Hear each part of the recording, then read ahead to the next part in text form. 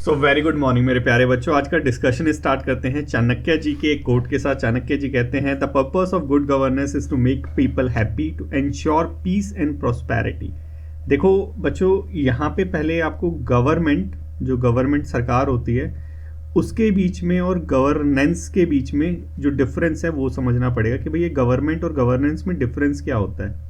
देखो गवर्नमेंट क्या होता है, एक बेसिकली इंस्टीट्यूट होता है, जैसे हमारी सरकारें हो गई, लेजिस्लेटिव वगैरह, ये क्या है, ये गवर्नमेंट है। हमारे एग्जीक्यूटिव क्या है, ये गवर्नमेंट है, ठीक है, जो हम चुनते हैं, ठीक है, जो सरकार हम चुनते हैं बेसिकली उसी को हम क्या कहते हैं, गवर्नमेंट कहते हैं। और ये जो सरकार जैसे काम करती है, डिसीजन मेकिंग करती है, पॉलिसी बनाती है, ये सब चीज़ें जो होती है, कार्यकारिणी जिसे कहते हैं, उसे हम क्या कहते हैं, गवर्नेंस। तो यहाँ पे हमारे चाणक्य जी कहते हैं कि अगर ये जो गवर्नेंस है, अगर ये अच्छा गवर्नेंस होता है तो जो देश के जो लोग हैं वो हमेशा खुशहाल रहते हैं। और यही कुछ मतलब है इस कोट का, और ये एक्चुअल में सच कोट है कि जो गवर्नमेंट है जैसे काम करती है, जैसे कर्म करती है, कर्म मतलब गवर्नेंस, ठीक है, पॉलिसी मेकिंग वगैरह, तो उसी पे डिपेंड करता है कि जो हमारी भारत की जनता है या किसी भी देश की जनता है वो कैसी रहेगी। बहुत ही रिलेवेंट कोट है हमारे चाणक्य जी का। और आज का जो हमारा एडिटोरियल है, इससे पहले हमने ई गवर्नेंस के बारे में डिस्कस नहीं किया है, द हिंदू के अंदर आया है, बहुत ही अच्छा आर्टिकल है, इसको हम डिस्कस करेंगे, बहुत ही रिलेवेंट है हमारे CAPF एग्जाम के लिए। ऐसे ही टाइप के जो है क्वेश्चन आते हैं हमारे ऐसे राइटिंग के अंदर। देखो ई गवर्नेंस हो गया और गुड गवर्नेंस हो गया, ऐसे करके टॉपिक टाइटल दे दिए जाते हैं, ई गवर्नेंस, गुड गवर्नेंस, ठीक है, लिखो अब इसके ऊपर। तो देखो बच्चों, यहाँ पे हमें थोड़ा सा समझना पड़ेगा गवर्नमेंट के कार्यकारिणी के बारे में, कैसी गवर्नमेंट काम करती है, क्या क्या प्रॉब्लम्स आते हैं, क्या क्या सॉल्यूशंस है, तभी तो हम लिख पाएंगे। और ये सारी चीज़ें जो है क्लब करके आज के एडिटोरियल में प्रोवाइड कराई गई हैं। सो बहुत ही रिलेवेंट है, बहुत ही इंपॉर्टेंट एडिटोरियल है, डिस्कशन है, इसको डिस्कशन को मिस मत करना बच्चों। चलो डिस्कशन स्टार्ट करते हैं, ठीक है। देखो आप सभी को पता है कि हमारी जो इंडिया है वो ट्रांसफॉर्म हो रही है, बदल रही है। और गवर्नमेंट सर्विसेज जो हैं, कैसे जैसे जैसे बदल रही है वैसे वैसे जो गवर्नमेंट सर्विसेज हैं वो क्या है, अब डिजिटल टूल्स के माध्यम से डिलीवर की जा रही है। जैसे डोर स्टेप डिलीवरी हो गया, ठीक है, जो आपका राशन है, कोविड टाइम में हुआ था, ये आपका जो राशन है वो आपके डोर स्टेप तक आ जाएगा। तो मैक्सिमम चीज़ें, और जैसे कि आपको बैंकिंग करनी होती है, आप बैंकिंग भी क्या करते हैं, मोबाइल बैंकिंग आ गई है अब, ठीक है, योनो बैंकिंग आ गई है अब। तो और कुछ आपको राशन कार्ड में अमेंडमेंट करना होता है, तो ये सारी चीज़ें जो हैं अब ऑनलाइन अवेलेबल है। आपको अपना OBC का सर्टिफिकेट बनवाना है, ऑनलाइन आप अप्लाई कर सकते हैं। तो ये जो गवर्नमेंट की सर्विसेज हैं, ये गवर्नेंस जो है ये डिजिटल टूल के माध्यम से बहुत अच्छे से डिलीवर की जा रही है, यही यहाँ पे बताया गया है। एक एग्जांपल भी साइड किया गया है कि गवर्नमेंट ऑफिसेज में पहले क्या होता था बच्चों, पहले फाइल मूव करती थी, ठीक है, साहब के पास फाइल गई हुई है, फाइल वो अंदर से जो रूम होता है साहब का, उस अंदर से फाइल ही निकलती थी 10-15 दिनों के अंदर। उसके अंदर 10-15 दिनों में अगर निकल रही है, डिले हो रहा है, तो हो क्या रहा है, अल्टीमेटली जो लोग हैं उनको सफर करना पड़ रहा है, ठीक है। तो इसका एक सॉल्यूशन निकला क्या, e office initiative. E office initiative में क्या होगा कि सारी जो फाइल्स हैं, ठीक है, वो सारी डिजिटली मूव करेगी, नोटशीट वगैरह कुछ भी अगर अप्रूव करवाना है, वो सारा जो ऑफिस के अंदर एक सिस्टम होता है, लैन जिसे कहते हैं, उसके अंदर इंटरकनेक्टेड रहता है, वहीं वहाँ से वो उनके और कंप्यूटर में चला जाएगा, वहीं पे वो देखेंगे, अप्रूव करेंगे, नेक्स्ट फॉरवर्ड कर देंगे। मतलब क्या कि गवर्नमेंट की जो वर्किंग है, बोलने का मतलब क्या है कि जो गवर्नमेंट की जो वर्किंग है बहुत ही ज़्यादा फास्ट हो गई है। किसके बाद, ये हमारे डिजिटल जो टूल्स हैं उनको अप्लाई करने के बाद, ये यहाँ पे बताया गया है। और इसके लिए ये जो गुड गवर्नेंस होती है, जो अभी चाणक्य जी ने भी बोला, तो हमारी जो गवर्नमेंट है ये हमारे ही जो एंशिएंट प्रिंसिपल है चाणक्य जी के अर्थशास्त्र में से स्पेशली, उसको यूज़ कर रही है कि भाई जो हमारी गवर्नेंस है इसको कैसे बेटर बनाया जाए, कैसे एथिकल बनाया जाए, ये सब चीज़ों पे हमारी गवर्नमेंट क्या कर रही है, वर्क कर रही है। और देखो बच्चों, एक चीज़ आप समझ लो कि ये जो कार्यकारिणी होती है, वर्किंग होती है गवर्नमेंट की, बहुत ही ज़्यादा कॉम्प्लेक्स होती है, गवर्नेंस बहुत ही ज़्यादा कॉम्प्लेक्स होती है। हमारी सरकार की जो कार्यकारिणी होती है, डिसीजन मेकिंग होती है, कोलैबोरेशन होता है, क्योंकि डिसीजन मेकिंग ऐसा तो है नहीं कि झटपट हो जाती है, ठीक है, डिसीजन मेकिंग के लिए कोलैबोरेशन भी करना पड़ता है, आपसे राय भी लेनी पड़ती है। जैसे आपने देखा होगा अभी एक बिल आने वाला आज के न्यूज़पेपर में ही था क्या कि UGC पे कोई ड्राफ्ट बन रहा है, तो उसके लिए अभी क्या है, पब्लिक से ओपिनियन मांगे, ठीक है, पब्लिक से कमेंट मांगे। तो ये क्या है, यही तो है हमारी गवर्नेंस कि या ये इसके अंदर आपका भी इन्वॉल्वमेंट रहता है गवर्नेंस के अंदर, ठीक है। तो गवर्नेंस बहुत ही ज़्यादा कॉम्प्लेक्स है। इसको सिंपल बनाने का, इसको सिंप्लीफाई करने का काम कौन करता है, ये जो हमारी डिजिटल टेक्नोलॉजी है ये करती है। मतलब क्या कि जो ई है ये हमारे गवर्नेंस को क्या बनाता है बच्चों, गुड गवर्नेंस बनाता है। क्या बनाता है, गुड गवर्नेंस बनाता है। इसका हमने एग्जाम्पल वगैरह सारी चीज देख ली, यूनो बैंकिंग हो गया, ये सारी चीजें, ठीक है। अब यहाँ पे एग्जाम्पल्स दे रखे हैं कि भाई जो गवर्नमेंट है हमारी, स्पेसिफिक एग्जाम्पल थे एडिटोरियल में, बहुत ही ज़्यादा इंपॉर्टेंट है, इसको कोट करोगे तो एक्स्ट्रा नंबर डेफिनेटली मिलेंगे, ठीक है। तो ये जो डिजिटल गवर्नेंस है, ये कैसे जो है कैपेसिटी जो है बिल्ड करती है। देखो हमारी गवर्नमेंट ने एक प्लेटफॉर्म लगाई थी, आई गॉट कर्मयोगी प्लेटफॉर्म, ठीक है। बेसिकली स्टार्ट तो सिविल सर्विसेज के सर्वेंट्स के लिए हुआ था कि उनको क्या है कि उनको ट्रेनिंग वगैरह, ऑनलाइन ट्रेनिंग प्रोवाइड कराने के लिए, लेकिन अब ये सारी जगह है, ठीक है। तो देखो आई गोट कर्मयोगी, ठीक है, ये क्या है, ई गवर्नेंस के लिए एक प्लेटफॉर्म है। इसके अंदर जो भी गवर्नमेंट सर्वेंट्स हैं, जितने भी गवर्नमेंट एम्प्लॉयज़ हैं, उनको ऑनलाइन ट्रेनिंग प्रोवाइड कराई जाती है, ठीक है।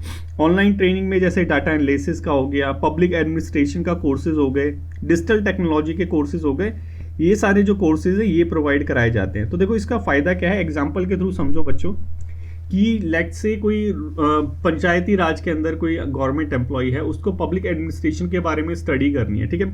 तो ये जो आई गॉट प्लेटफॉर्म है, कर्मयोगी प्लेटफॉर्म है, वो उसको डिजिटली एडवांस कर देगा, ठीक है। तो उसकी क्या होगी, फंक्शनिंग इंप्रूव होगी। फंक्शनिंग इंप्रूव होगी तो क्या होगा, गुड गवर्नेंस आएगी। गवर्नेंस क्या है, फंक्शनिंग ही तो है। जब फंक्शनिंग इंप्रूव होगी तो गवर्नेंस ऑटोमेटिकली गुड हो जाएगा। तो ये सारी चीज़ें यहाँ पे बताई गई है इस प्लेटफॉर्म में। ई गवर्नमेंट इनिशिएटिव हमने देख ही लिया, ये वाला ई ऑफिस इनिशिएटिव हमने देख ही लिया बच्चों। इसके अंदर जितनी भी डिजिटल फाइलें होती है, वर्क मैनेजमेंट होता है, बहुत ज़्यादा डिजिटली हो गया है, बहुत ज़्यादा फास्ट हो गया है, ठीक है। ये हो गया। अब एक घंटे के अंदर पूरी जो फाइल है वो पास हो जाती है, जिसको पास होने के लिए 15-20 दिन लग जाते थे, क्योंकि अब अकाउंटेबिलिटी भी तो बड़ी है बच्चों।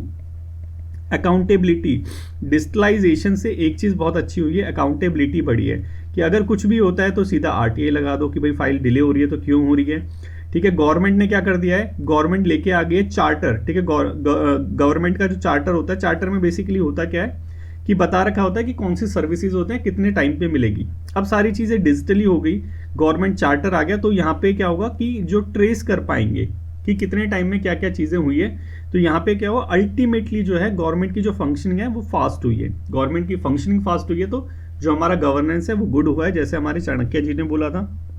नेक्स्ट यहाँ पे बताया गया है government e market place, jam, ठीक है। जिन बच्चों को नहीं पता है जैम क्या चीज़ है, जैम बेसिकली एक तरह से अमेजोन है। ये अमेजोन समझ लीजिए, एक तरह से अमेजोन है, जहाँ पे गवर्नमेंट जो डिपार्टमेंट्स है वो अपना सामान परचेज करती है, सेल नहीं करती, परचेज करती है, समझे।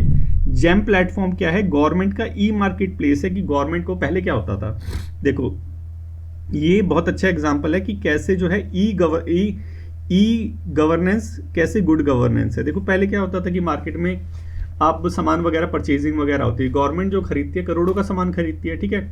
अब गवर्नमेंट कोई सामान खरीदने गई, ठीक है, सामान खरीदने गई गवर्नमेंट, और वहाँ पे गवर्नमेंट के ऑफिशियल्स गए, ठीक है, ऑफिसर वगैरह की टाई अप है। अब वहाँ पे जाके वहाँ पे वो नेगोशिएशन कर रहा है कि भाई इतना परसेंटेज हमें दो, तब जाके ये सारी चीज़ होगी। तो होगा कि अल्टीमेटली खराब सामान आएगा, गवर्नमेंट डिपार्टमेंट में सामान जो आएगा खराब आएगा ना, कि जब गवर्नमेंट ऑफिशियल को पैसे भी जाएंगे और सामान भी लेना पड़ेगा उसी कीमत के अंदर, तो क्या होगा, सामान घटिया आएगा, ठीक है। लेकिन इसका सॉल्यूशन हमारी गवर्नमेंट लेके आई, ई मार्केट प्लेस, ये जैम, ठीक है। यहाँ पे क्या है, यहाँ पे कोई नेगोशिएशन नहीं है, जितने भी बायर्स हैं उन्होंने अपना जो है वहाँ पे लिस्टिंग कर रखी है, ठीक है, कि भाई हमारा प्रोडक्ट इतने का, हमारा प्रोडक्ट ये इतने का है, वो इतने का, ठीक है। गवर्नमेंट को क्या करना है, जैसे आप अमेजोन पे करते हैं कि सीधा गए वहाँ पे आपने परचेज ऑप्शन में करा और आपके यहाँ पे सामान डिलीवर हो गया। सेम चीज़ क्या है जैम के अंदर है। तो ये क्या है, ऑनलाइन प्रोक्योरमेंट प्लेटफॉर्म है, इसने जो करप्शन होता था इसको रिड्यूस कर दिया, ठीक है। तो ये क्या है, गवर्नेंस को गुड गवर्नेंस बना रहा है हमारा डिजिटल टेक्नोलॉजी, इसका बहुत अच्छा एग्जांपल है। और डिजिटल लिटरेसी प्रोग्राम, इसके अंदर क्या है कि जो भी हमारे गवर्नमेंट एम्प्लॉयज़ हैं, ठीक है, उनको ट्रेनिंग दी जाती है। क्यों ट्रेनिंग दी जाती है, देखो जो गवर्नमेंट एम्प्लॉयज़ होते हैं जो बहुत पहले के भर्ती हो रखे हैं, अभी के नौजवान पीढ़ी की मैं बात नहीं कर रहा, अभी तो गवर्नमेंट को ज़रूरत है कि जो नौजवान हैं, आप जैसे जो यंग लोग हैं, उनको रिक्रूट किया जाए ताकि जो गवर्नमेंट की फंक्शनिंग है वो थोड़ी एडवांस हो। तो जो पुराने जो लोग थे उनको ना तो कंप्यूटर चलाना आता है, ठीक है, ना मेल करना आता है, कुछ नहीं करना आता, ठीक है, उनको बस वो जो कागज है उनको काले करने आते हैं। तो उनके लिए ट्रेनिंग प्रोवाइड कराने के लिए डिजिटल लिटरेसी प्रोग्राम है, जिसके अंदर उनको ईमेल करना, वीडियो कॉन्फ्रेंसिंग करना, ऑनलाइन डाटाबेस क्रिएट करना, ये सारी चीज़ें सिखाई जाएंगी। अब सोच के देखो कि इसका इफेक्ट कैसे होगा गवर्नेंस के ऊपर, कि कार्यकारिणी जो है, फंक्शन जो है गवर्नमेंट की कैसे इंप्रूव होगी। देखो अगर कोई म्यूनसिपालिटी, एग्जांपल दे रखा है बच्चों, देखो म्यूनसिपालिटी कोई एम्प्लॉय है, उसको ठेकेदार के साथ, कॉन्ट्रैक्टर के साथ मीटिंग करनी है। अब कॉन्ट्रैक्टर जो है वो कहीं गया हुआ है, या जो हमारा गवर्नमेंट एम्प्लॉय है उसको टाइम नहीं मिल पा रहा, तो वीडियो कॉन्फ्रेंसिंग के थ्रू जो है जो भी उनका इशू है उसको रिसॉल्व कर सकते हैं। ठीक है, ये यहाँ पे बताया गया है। तो मतलब क्या कि जो हमारी ई गवर्नमेंट है, ई गवर्नेंस है, वो क्या है, गुड गवर्नेंस है, चाणक्य वाला, कि जब गुड गवर्नेंस आएगी तो होगा क्या, जो हमारे लोग हैं वो खुश रहेंगे, डेमोक्रेसी जो है ग्राउंड पे वर्क करेगी। अब यहाँ पे ऐसा नहीं है कि गवर्नमेंट इनिशिएटिव लाए जा रही है और जो हमारे गवर्नमेंट एम्प्लॉयज़ हैं उनको कोई फ़र्क नहीं पड़ रहा, वो एकदम अब एकदम ट्रेन हो चुके हैं, बोलो तो वो अब डेटा डेवलपर हो चुके हैं, ऐसा नहीं है। बहुत सारे चैलेंजेस भी है इस डिजिटल ट्रांसफॉर्मेशन में, भले ही जो है गुड गवर्नेंस लेके आती है, लेकिन चैलेंजेस के बिना बिल्कुल नहीं है। सबसे पहला चैलेंजेस क्या, कि जो हमारे जो लोग हैं, हमारे जो बुजुर्ग लोग हैं जो गवर्नमेंट ऑफिस में काम कर रहे हैं, जिनको रिटायर हो जाना चाहिए, वो चेंज नहीं होना चाहते। ठीक है, कंप्यूटर, जैसे कि मैं बात करूं, जब कंप्यूटर को इंट्रोड्यूस किया गया था गवर्नमेंट ऑफिस के अंदर, तो बहुत ज़्यादा प्रोटेस्ट हुए थे। गवर्नमेंट जो ऑफिशियल थे उन्होंने बहुत ज़्यादा प्रोटेस्ट करे थे, धरने करे थे।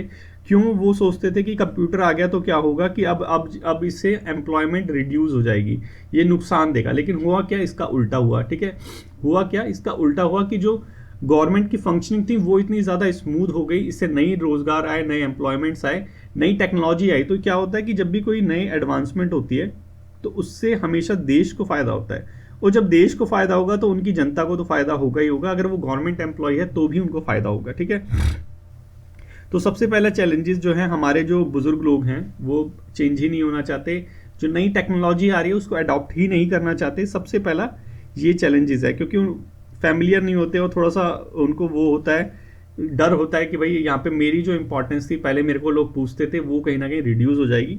तो सबसे पहला चैलेंजेस यही है कि जो गवर्नमेंट एम्प्लॉयज़ है वही जो है अडॉप्ट नहीं करना चाहते डिजिटल टेक्नोलॉजी को।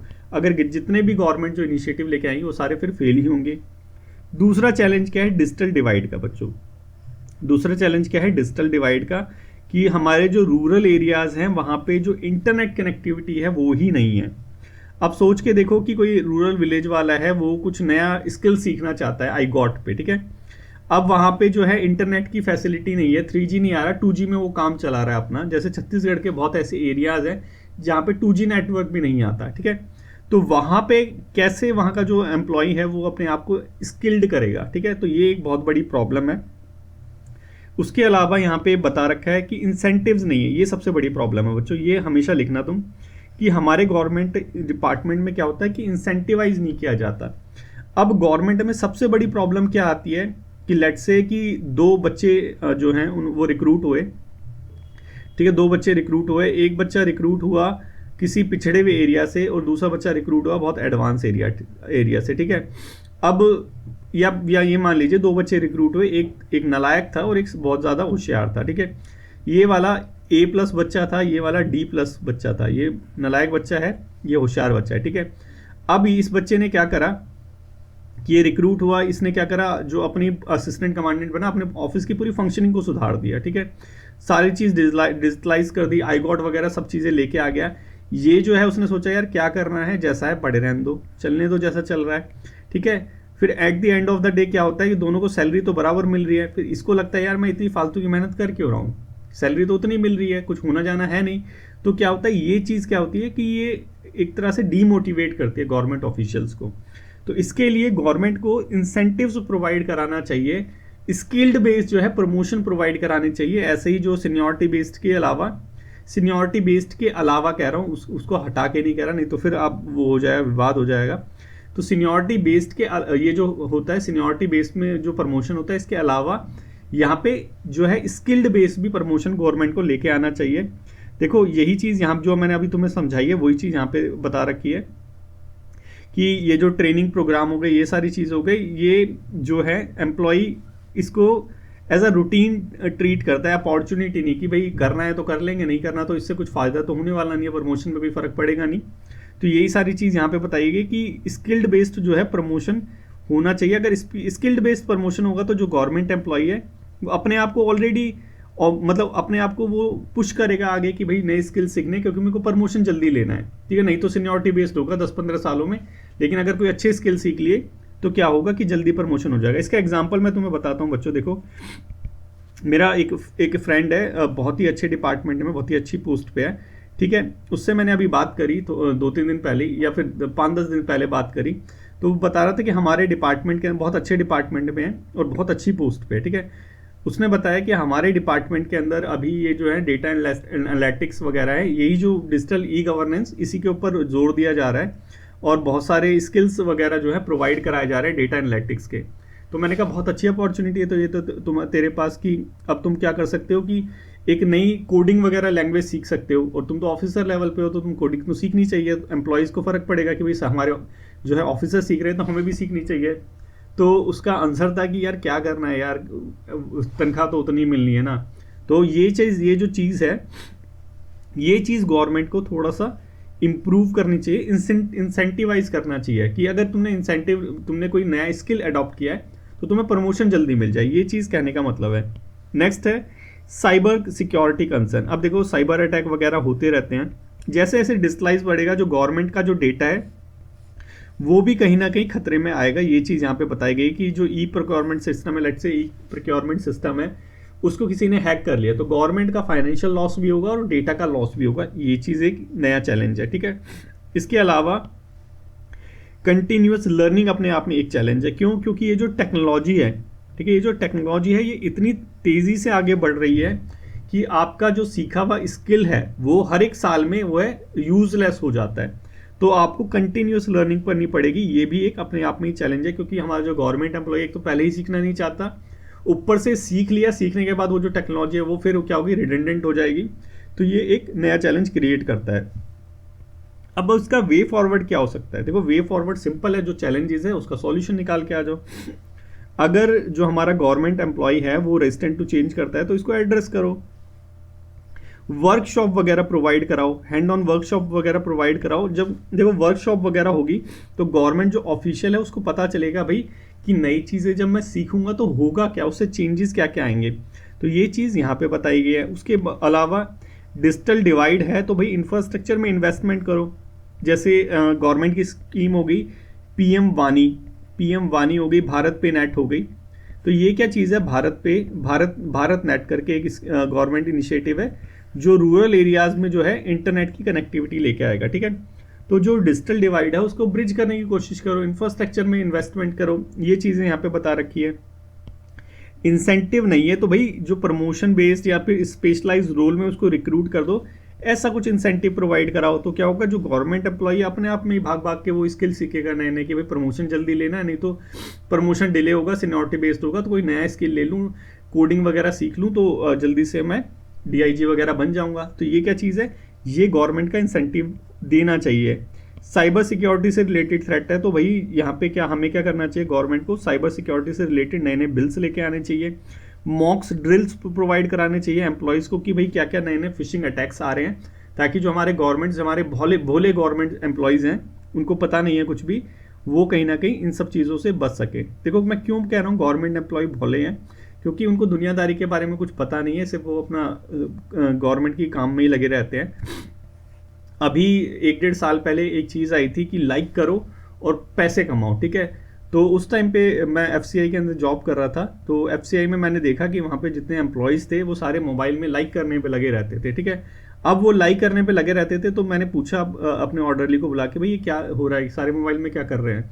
तो वहाँ पे पता चला कि भाई ये सारे जो लोग हैं ये उन्होंने कोई बड़ी कंपनी है जिसकी स्कीम खरीद रखी है, जिसमें उन्होंने पहले 1 लाख रुपए इन्वेस्ट करे, उसके बाद वो पर डे हर एक लाइक के लिए 5 रुपये लेते हैं। मतलब कि एक दिन में अगर उन्होंने 50 लाइक करे तो 250 रुपये उनके हो गए। तो मैंने कहा बेवकूफ़ हैं ये लोग कि भाई पहले तो 1 लाख रुपए तुमने किसी को दिए, अब तुम 5-5 रुपये करके वापस ले रहे हो। कुछ दिन बाद CBI ने वहाँ पे छापा मारा, कंपनी बंद हो गई और लाखों रुपए जो है गवर्नमेंट एम्प्लॉयज़ के डूब गए। तो इसीलिए मैं कह रहा हूँ कि गवर्नमेंट एम्प्लॉयज़ हमारे भोले हैं, तो उनको ये मॉक ड्रिल प्रोवाइड करा के उनको अवेयर कराना चाहिए कि भाई नए नए तरह के अटैक कैसे आ रहे हैं, जैसे डिजिटल अरेस्ट आजकल आ रहा है, ठीक है। उसके बाद ये जो कंटिन्यूस लर्निंग है ये कहीं ना कहीं हमें प्रोवाइड करानी चाहिए। भाई कोर्सेज होने चाहिए, जैसे आप पैरामिलिट्री में जाएंगे तो वहाँ पे क्या होता है, कमांडो कोर्सेज होता है, रिफ्रेशमेंट कोर्सेज होता है, ये कोर्स वो कोर्स। तो ये जो कोर्सेज होते हैं ये हमारे गवर्नमेंट एम्प्लॉयज़ को भी प्रोवाइड कराना चाहिए डिजिटल टेक्नोलॉजी में, ताकि जो हमारी गवर्नेंस है वो ई गवर्नेंस बन जाए और ई गवर्नेंस गुड गवर्नेंस बन जाए और हमारे जो लोग हैं वो हैप्पी हो जाए। आई होप आपको समझ आ गया होगा। आज का जो एडिटोरियल था बहुत ही ईजी एडिटोरियल था, बहुत ही मज़ेदार एडिटोरियल था, बहुत ही रिलेवेंट एडिटोरियल था और CAPF में एग्जाम में बहुत ज़्यादा आने के चांसेस। तो बच्चों एक बार दोबारा रिवाइज कर लेना इसको अगर नहीं समझ आया हो तो। और इसी के साथ हाँ, आपके लिए आज है ये हमारा पेपर 2 के लिए हम डेली एक टॉपिक लेते हैं। तो बच्चों इसको लिखो, लिखने के बाद ग्रुप में भेजो और ग्रुप में भेजने के बाद इवेल्युएट करो, ठीक है। अपने पास ही मत रखो, ये खजाना नहीं है भाई। जो विद्या है वो बांटने से बढ़ती है, सुना ही होगा आपने, विद्या जो है बांटने से बढ़ती है। तो अपना ऐसे जो लिखा हुआ है आपका वो ग्रुप के अंदर शेयर करो, जो और बच्चे हैं उनको भी पढ़ने दो। देखो भाई और बच्चे क्या रिव्यू देते हैं, बच्चों आप भी रिव्यू दिया करो। ऐसा देखो लिखने से ही होगा, बिना लिखे कहानी नहीं हो पाएगी पूरी आपकी। आपको ज्ञान अर्जित तो करना है, लेकिन उस ज्ञान को वो ज्ञान काम का नहीं रहेगा, आप उसको यूज ही नहीं करोगे तो आपके पास न्यूक्लियर मिसाइल रहेगी तो वो भी काम की नहीं है। तो आपको क्या करना है बच्चों, लिखना चालू करो। आज से ही लिखो, एक पेज लिखो, एक पेज नहीं लिख पाते आधा लिखो, आधा नहीं एक लाइन तो लिखो, ठीक है। लिखना चालू करो क्योंकि लिखे बिना पेपर 2 पास नहीं होगा, इस चीज़ को एकदम समझ लो, ठीक है। तो थोड़ा सा डरो, चाहे डर के मारे लिखो, मोटिवेट होकर लिखो, लेकिन लिखो। आज लिख के मेरे को जो ग्रुप है उसमें आप भेजो, ठीक है। अब सोचना कि हाँ ठीक है एडिटोरियल डिस्कशन के बाद लिखना चालू करेंगे या करूंगी, और एडिटोरियल डिस्कशन के बाद सोचना कि आधे घंटे रुक के करेंगे, फिर आधे घंटे रुक के बोलना कि शाम को करेंगे, शाम को बोलना कल करेंगे, ठीक है। यही मत करते रहो, अभी लिखो, अभी रुक जाओ, पॉज कर दो, वीडियो को हटा दो और अभी जाके लिखो पहले ये, उसके बाद भेजो, उसके बाद आगे का चालू करो, ठीक है। चलो थोड़ा सा प्रमोशन हो जाए, वैसे तो हमने बहुत प्रमोशन कर लिया इसका। हमारा अभ्यास लेखन और अभ्यास मंथन पेपर 1 के लिए अफोर्डेबल प्रोग्राम और हाई क्वालिटी का प्रोग्राम है। अभी सिर्फ इंग्लिश में है, थोड़े दिनों में ये हिंदी में भी आ जाएगा।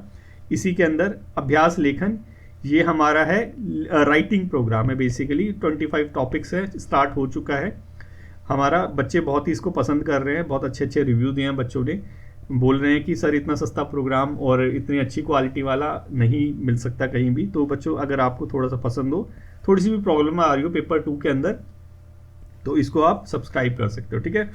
नेक्स्ट चलते हैं गवर्नर के ऊपर, ठीक है। हमारा ये जो गवर्नर का टॉपिक है भाई ये इतना ज़्यादा इंपॉर्टेंट है जितना हमारा डायमंड इंपॉर्टेंट है। क्यों? देखो गवर्नर का जो टॉपिक है पेपर 2 में भी आ चुका है, पेपर 1 में भी इसके बहुत सारे क्वेश्चन आते हैं, ठीक है, आए सालों में। तो देखो हमारे जो गवर्नर है हरकत ऐसी करते हैं, इसकी वजह से देना पड़ता है। तमिलनाडु के जो गवर्नर है, अभी डिस्कस करेंगे भाई करते क्यों है। देखो सारी चीज़ अब पब्लिसिटी की चीज़ चल रही है आजकल, तो हमने शायद वो डिस्कस भी करा था। तो तमिलनाडु के जो गवर्नर है RN रवि, ठीक है, उन्होंने बोला कि भाई क्योंकि गवर्नर क्या करता है ना कि हर साल में जो नई जो वो होती है सभा होती है, हमारी कॉन्स्टिट्यूशन असेंबली ये हो गई, कॉन्स्टिट्यूशन असेंबली बोल रहा हूँ मैं, लोकसभा हो गई या फिर स्टेट में जो होती है काउंसिल होती है वो विधानसभा, ठीक है, विधानसभा हो गई, ठीक है, लोकसभा विधानसभा हो गई। ये जब स्टार्ट होता है ईयर, तो ईयर से पहले या फिर नई कोई मतलब इलेक्शंस वगैरह होते हैं उससे पहले जो असेंबली चालू होती है हमारी, उसमें सबसे पहला जो भाषण देते हैं वो कौन देते हैं, हमारे गवर्नर देते हैं विधानसभा में, और प्रेसिडेंट देते हैं किसमें, लोकसभा में। तो हमारे जो तमिलनाडु के गवर्नर हैं बहुत ज़्यादा सुर्खियों में रहते हैं, न्यूज़ में रहते हैं। तो उन्होंने बोला कि भाई मैं नहीं दूंगा, मैं ये जो स्पीच वगैरह मैं दूंगा ही नहीं। क्यों? क्योंकि तुमने नेशनल एंथम नहीं गाया मेरी स्पीच से पहले, ठीक है। तो अब इसके चलते हुए वो जो है अपनी विधानसभा छोड़ के चले गए, ठीक है। ये कुछ क्या है, न्यूज़ में है, ठीक है। अब ये न्यूज़ में है, इससे क्वेश्चन तो कैसे बनाएंगे, तो इसके अंदर कुछ थोड़ा सा घुसना पड़ेगा, देखना पड़ेगा कि भाई कॉन्स्टिट्यूशन हमारा क्या कहता है, ये क्या मतलब कि चल रहा है, ये सारी चीज़ें इनको थोड़ा सा अच्छे से समझना पड़ेगा, ठीक है। सबसे पहले समझो बच्चों कि गवर्नर और प्रेसिडेंट का जो एड्रेस होता है, ठीक है, भाषण मतलब वो एड्रेस हो गया ना कि पहली तो ये कॉन्स्टिट्यूशन का मैंडेट है, समझते हैं, चलो देखते हैं इसको, ठीक है। आर्टिकल 87 और article 176 constitution under article 87 president को, अंडर आर्टिकल 176 गवर्नर को क्या कहता है कि ये जो एड्रेस देंगे लेजिस्लेचर को, मतलब विधानसभा और लोकसभा को, ये क्या करेंगे, एड्रेस करेंगे, भाषण देंगे। सबसे पहले ओकेजन कब देंगे, कब करेंगे एड्रेस, सबसे पहले कि कई नई विधानसभा या लोकसभा आती है तो उसका जो पहला सेशन होगा उसमें, या फिर एनुअली, जैसे अभी न्यू ईयर आया तो सबसे पहला भाषण जो होगा न्यू ईयर में सबसे पहले कौन देंगे, हमारे गवर्नर या फिर प्रेसिडेंट। हमारा आर्टिकल बोलता है ये 87 कहता है प्रेसिडेंट में, 176 कहता है गवर्नर में। मतलब क्या कि कॉन्स्टिट्यूशनली ये मैंडेट है, देना ही पड़ेगा।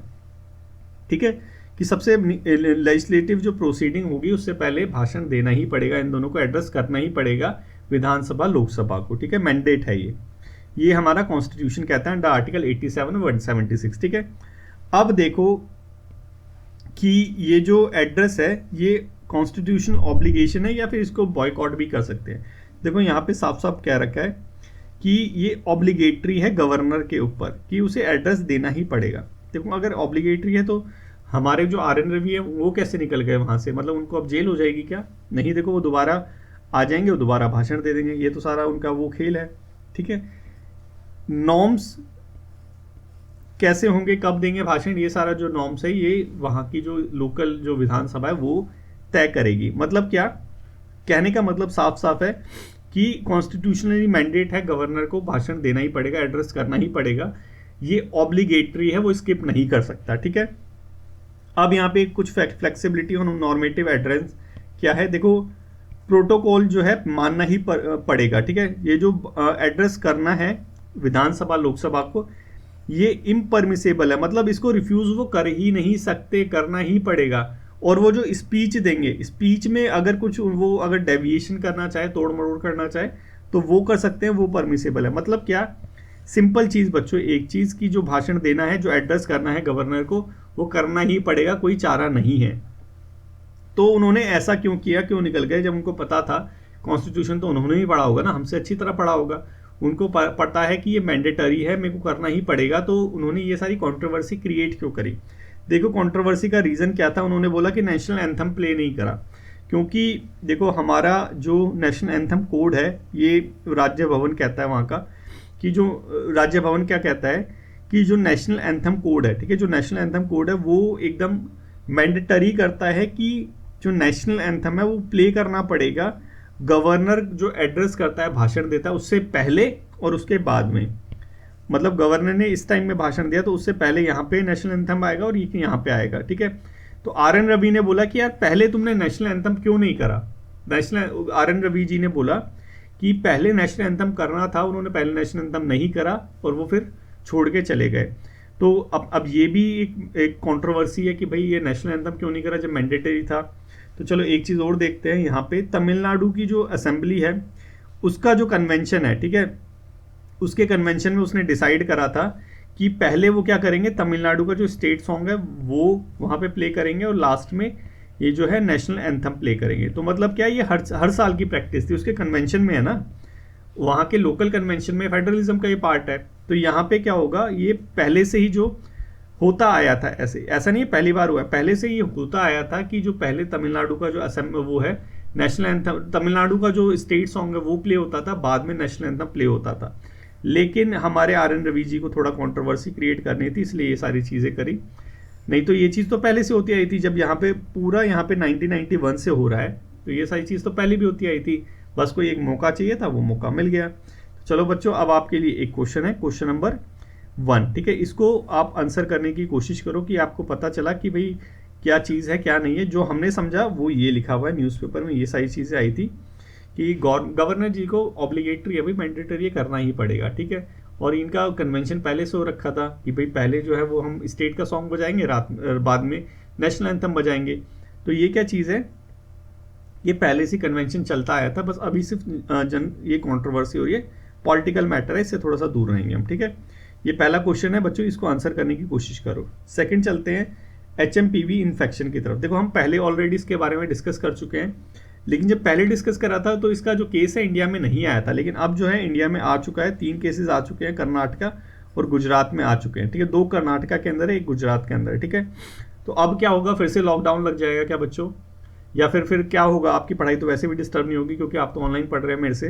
तो देखो यहाँ पे थोड़ा सा देख लेते हैं कि ये जो ट्रांसमिशन है इस वायरस का, ये जो HMPV वायरस है, ह्यूमन मेटानिमो वायरस जो है, इसका जो ट्रांसमिशन है हमने देखा था कि किसी ने छींक मारी, ड्रॉपलेट्स गिरे, वायरस हो गया। वही एयर और रेस्पिरेटरी ट्रांसमिशन के थ्रू होगा, अफेक्ट करेगा सभी लोगों को, पीपल को अफेक्ट करेगा। लेकिन डेंजरस किसके लिए? जो माइनर्स थे और जो जिनकी इम्यूनिटी वीक थी। हमने डिस्कस करा था 4 जनवरी के डेली डिस्पैच के अंदर, तो थोड़ा सा देख लेना उसको, ठीक है। गवर्नमेंट ने बोला है कि भाई घबराने की कोई ज़रूरत नहीं है, ये कोई अभी नया वायरस नहीं है, ये बहुत पुराना है, तो इससे इतनी ज़्यादा घबराने की ज़रूरत नहीं है। कोई सच मतलब कोई सीवियर जो इलनेस है वो हमें देखने को नहीं मिली है इंडिया के अंदर। बस जनरल जो प्रिकॉशंस हैं वो बोली है कि भाई मास्क वगैरह वियर करना, हाथ वाथ धो लेना, क्राउड वगैरह में मत जाना, और अगर कुछ हो जाए तो डॉक्टर से कंसल्ट कर लेना। तो ये छोटी छोटी चीज़ें हैं जो करने के लिए बोला है HMPV के अंदर, ठीक है। तो क्वेश्चन नंबर 2 है बच्चों, इसको आंसर करो। देखो तुम्हें समझ आया HMPV क्या है क्या नहीं, कहीं तुम इसे अभी भी कोरोना की तरह मतलब ट्रीट कर रहे हो कि कोरोना वायरस है, एकदम घर में अपने आप को कमरे के अंदर बंद कर लो जैसे मैंने कर रखा है, ऐसे मत करना, ठीक है। नेक्स्ट चलते हैं काउपी सीड, ठीक है। काउपी सीड क्या चीज़ है? देखो ये थोड़ा सा इंपॉर्टेंट है, क्यों? क्योंकि हमारे जो इसरो है उसने अंतरिक्ष के अंदर जो स्पेस है उसके अंदर ये काउपी सीड को उगाया है, ठीक है। पत्तियां वगैरह उग चुकी है। अभी हमने लास्ट डिस्कस भी करा था ये PSLV C60 POEM4 मिशन, तो इसी मिशन के अंदर ये यहाँ पे एक काउ सीड भी क्या था। काउपी सीड क्या होता है? देखो ये होता है, देखो ये तो मैं हूँ, ये होता है काउपी सीड, दिख रहा है ये वाला, खाया भी होगा, दाल वगैरह खाई भी होगी बच्चों ने इसकी, तो इसे क्या कहते हैं? काउपी सीड, ठीक है। तो ये अभी हमारा अंतरिक्ष में उगा है, तो थोड़ा सा इसके बारे में जान लेते हैं। इसका साइंटिफिक नेम क्या है? विग्ना अनग्विकुलाटा, विग्ना अनग्विकुलाटा काउपी को कहते हैं। कौन सी फैमिली का है? फैबाकिया प्लांट का है। ये थोड़ा सा याद रख लेना, थोड़ा सा इंपॉर्टेंट है, ठीक है। ऐसे टाइप के सच क्वेश्चन आते हैं ऐसे टाइप के क्वेश्चन आते हैं, ठीक है। लॉन्ग स्टे ल्यूम क्रॉप है साउथ अफ्रीका में, ये सबसे इंपॉर्टेंट, साउथ अफ्रीका में ओरिजिन है इसका। सबसे पहले ये साउथ अफ्रीका में उगी थी। इसका दूसरा नाम भी है ब्लैक आइड पी, जो देखा था हमने यहाँ पे, ये जो दिख रहा है आपको गोल गोल सा, ब्लैक आइड पी इसलिए कहते हैं इसको। प्रोटीन वगैरह विटामिन वगैरह होते हैं, 25% होते हैं। ड्रॉट टॉलरेंट है, मतलब क्या कि जो एरिड और सेमी एरिड एरिया में भी इसको उगाया जा सकता है। और ये क्या करते हैं? सॉइल को फर्टाइल करते हैं। जो सॉइल लो फर्टिलिटी वाली है उसको ये फर्टाइल भी करते हैं, ये काम भी करते हैं। कैसी मिट्टी में उगता है? जो हैवी सॉइल होती है, स्लाइटली हैवी होती है, वेल ड्रेन्ड सॉइल, मतलब क्या, जिसमें पानी नहीं रुकता, वैसी सॉइल में उगता है। मतलब एरिड और सेमी एरिड एरिया में, वहाँ पे तो मिट्टी में वैसे ही पानी नहीं रुकता, तभी तो वहाँ पे सूखा पड़ जाता है, ठीक है। वैसे ही उसमें उगता है। सॉइल इरोजन को प्रिवेंट करता है। देखो मेन चीज़ यही है, सॉइल इरोजन हो रहा है या फिर जो फर्टिलिटी बढ़ा रहा है या ड्रॉट टॉलरेंट है, ये इसकी मेन चीज़ें हैं, इसको थोड़ा सा याद रखना, ठीक है। सबसे ज़्यादा नाइजीरिया में होता है और इंडिया के अंदर एरिड और सेमी एरिड एरिया में होता है, जैसे राजस्थान हरियाणा हो गया वैसे एरिया में, ठीक है। तो बच्चों बस इतना ही था ये पी के बारे में, थोड़ा सा इसको देख लेना, ठीक है। ये बहुत हल्का टॉपिक लग रहा है लेकिन इससे एक क्वेश्चन आने के तो चांस लगते हैं, ठीक है। तो ये हमारा हो गया, हमारा कौन सा? क्वेश्चन नंबर 3, ठीक है। 3 ही क्वेश्चन थे आज हमारे। आजकल न्यूज़पेपर में ऐसा जितना इंपॉर्टेंट आ नहीं रहा है, क्योंकि वो जो चीज़ें चल रही हैं यूएस वगैरह, वो सारा अभी चल रहा है, ठीक है। अभी पहले साइन तो होने दो, साइन होगा उसके बाद उसको लेके आएंगे। अभी जब जस्ट बात चल रही है, बात चलने से थोड़ा ना पूरा उसको डिस्कस करने लग जाएंगे, क्योंकि फिर दोबारा आएगा, फिर दोबारा डिस्कस करेंगे। तो हम एकदम लिमिटेड पढ़ेंगे, लेकिन वो चीज़ें पढ़ेंगे जो हमारे एग्जाम में आएगी, ठीक है। तो क्वेश्चन नंबर 3 का आंसर जो है कमेंट बॉक्स में कमेंट करो। देखो बच्चों एक चीज़ समझो, हम कमेंट क्यों करते हैं? देखो कमेंट ऐसे मुझे क्या फ़ायदा हो रहा है कमेंट से? आपको फ़ायदा होगा, इससे आपकी अकाउंटेबिलिटी बढ़ेगी, कि आपको पता चलेगा कि मैं देखता हूँ कि कौन बच्चा कर रहा है कौन नहीं कर रहा है। जैसे गौतम है, उसने कमेंट करना बंद कर दिया, मतलब उसने वो जो है वीडियो देखना बंद कर दिया शायद गौतम, क्योंकि गौतम ने अभी एनरोल करा है उसके अंदर जो हमारा अभ्यास लेखन है। तो गौतम से मैं बोलना चाहूँगा, भाई गौतम आपने भले ही अभ्यास लेखन को एनरोल कर दिया, लेकिन ये जो डेली डिस्पैच है इसकी वैल्यू अलग है, ठीक है। इसको देखना बंद मत करना बिल्कुल भी, ठीक है। तो बच्चों ये आप सभी के लिए है कि डेली डिस्पैच जो है वो बहुत ज़्यादा की फैक्टर जो है, डिसाइडिंग फैक्टर होगा आपके पेपर 2 के अंदर, क्योंकि इसके अंदर सारी जो अपडेट्स है वो आ रही है। आपका बेसिक फाउंडेशन जो है हमारा ये जो अभ्यास लेखन है उसमें आएगा, लेकिन जो सारी चीज़ें इम्प्लीमेंट हो रही है वो यहाँ पे हो रही है, ठीक है, जो न्यूज़पेपर हम डिस्कस कर रहे हैं। तो इसको बिल्कुल भी मत छोड़ना। और ये हमारी मंथली आती है बच्चों, दिसंबर की आ चुकी है, बहुत पहले ही आ चुकी है। आज मैं जस्ट इसको यहाँ पे लेके आया हूँ क्योंकि मुझे याद आया कि जब मैं एक इंस्टीट्यूट में पढ़ाता था, आईएएस के इंस्टीट्यूट में, तो वहाँ पे मैंने फर्स्ट क्लास में मैं एनवायरनमेंट पढ़ाता था, एनवायरनमेंट और ज्योग्राफी। तो मैंने फर्स्ट क्लास में बोला था बच्चों को कि बच्चों जब मैं पढ़ाऊँगा तो तुम एक पेज पे लिखना, रजिस्टर खरीद लेना, रजिस्टर के एक पेज पे लिखना यहाँ पे, और जो दूसरा पेज है इसको खाली छोड़ देना, ठीक है। एक पेज, समझे मैंने क्या बोला, कि एक पेज पे लिखना, दूसरे पेज को खाली छोड़ देना। तो जो कुछ नए बच्चे थे, क्योंकि ऐसा होता है कि जब टीचर नया होता है तो बच्चे टीचर्स को बेवकूफ़ी समझते हैं, तो उन्होंने बोला कि सर इसकी क्या ज़रूरत है। मैंने कहा तुम जैसा बोल रहा हूँ वैसा करो, ठीक है। तो उसमें से मैक्सिमम बच्चों ने मान लिया, लेकिन कुछ बच्चे थे शायद वो पहली या दूसरी क्लास में एब्सेंट थे, एक दो क्लासों में मैंने बोला था। फिर उसके बाद उन्होंने जब देखा होगा ऑनलाइन, क्योंकि वो ऑनलाइन क्लासेस भी चलती थी, ऑफलाइन भी चलती थी, मैं ऑफलाइन पढ़ाता था, तो ऑनलाइन उन्होंने देखा हो कि भाई टीचर अच्छा पढ़ा रहा है, तो वो बच्चों की भीड़ थोड़ी बढ़ गई थी वहाँ पे, ठीक है। तो फिर जब क्लास ख़त्म होने वाली थी एनवायरनमेंट की, तो एक लड़की थी वहाँ पे, तो बच्ची थी, तो उस बच्ची ने बोला कि फिर उस लास्ट क्लास में मैंने बोला कि बच्चों ये देखो जो अभी नया अपडेट आया है, क्योंकि जो मैंने टॉपिक तुम्हें पढ़ाया है उस टॉपिक को यहाँ पे लिख लेना उसके सामने, क्योंकि मैंने तो तुम्हें जो पढ़ाया तो वो अपडेट हो चुका है, तो अपडेट को उसके सामने लिख लेना, जब भी तुम रिवाइज करोगे तो यहाँ पे कर लेना। तो बोली सर ये आपने कब बोला। मैंने कहा ये मैंने फर्स्ट और सेकंड क्लास में बोला था। तो वो बोली बच्ची कि सर इसको रिपीट कर देते तो हम भी इस चीज़ को अप्लाई कर लेते। तो इसीलिए कई बच्चों को नहीं पता होगा कि ये जो हमारी मंथली डिस्पैच है ये बहुत ही काम की चीज़ है, फ्री ऑफ कॉस्ट अवेलेबल है, कोई हम आपसे इसके पैसे चार्ज नहीं कर रहे, क्योंकि मैं मैक्सिमम काम फ्री में करना चाहता हूँ, लेकिन मैं नहीं चाहता कि मेरा घर रुक जाए, घर भी चलता रहे, इससे थोड़ी थोड़ी चीज़ें हम पेड करते रहते हैं। बाकी मैक्सिमम चीज़ें फ्री में है, जो बाकी लोग जो पेड कर रहे हैं, क्योंकि एजुकेशन को अफोर्डेबल बनाना एक मेरा टारगेट है, ठीक है। तो बच्चों ये चीज़ है मंथली डिस्पैच, बहुत ही काम की चीज़ है। इसके अंदर सारी चीज़ जो है अपडेटेड है, और मैक्सिमम चांसेस बहुत ज़्यादा क्वेश्चन आया आपको मंथली डिस्पैच से देखने को मिलेंगे। आपकी अंडरस्टैंडिंग बहुत ज़्यादा अच्छी क्रिएट कर देगी, और बहुत ज़्यादा अट्रैक्टिव वे में सारी चीज़ें डिज़ाइन है इसके अंदर, ठीक है। तो वेबसाइट पे जाके आप क्या कर सकते हैं कि ये जो डेली डिस्पैच है इसको डाउनलोड कर सकते हैं। ये देखो ज़्यादा कहीं जाने की ज़रूरत भी नहीं है, फ्रंट पे ही ये जो दिख रहा है आपको, ये रहा, इस पर क्लिक करो और ये आपके सामने पूरा आपका ये डेली डिस्पैच आ गया, ठीक है। ये मंथली डिस्पैच आ गया, ठीक है। ये देखो ये ऐसे है, ये हमारी पूरी है, और इसमें सारे लिंक्ड है। देखो जैसे ये है, कोई भी टॉपिक है सॉरी, कोई भी टॉपिक है, जैसे अफसा हो गया, ठीक है, ये अफसा हो गया, इस पर क्लिक करा और सीधा आपको उस टॉपिक पे लेके चला जाएगा जो वो टॉपिक है। आप अपना रिवाइज करो, ये हो गया अफसा, ये सारा अपना रिवाइज करो। और ज़्यादा लेंथी नहीं बना रखा है इसको, यूपीएससी सीएससी के टाइप का नहीं है, सीएपीएफ का टाइप का है, ठीक है। तो मंथली डिस्पैच ये सीएपीएफ के लिए इंपॉर्टेंट है, और लिखा भी हुआ है इसके ऊपर लर्निंग सीएपीएफ। हम जस्ट सीख रहे हैं कि सीएपीएफ को नेविगेट कैसे करना है, और मास्टर करेंगे इसको, ठीक है। सो आज की डिस्कशन में बस इतना ही बच्चों। आई होप आपको पसंद आया होगा, समझ आया होगा। तो लाइक शेयर और कमेंट करना मत भूलना। Thank you so much for today's discussion.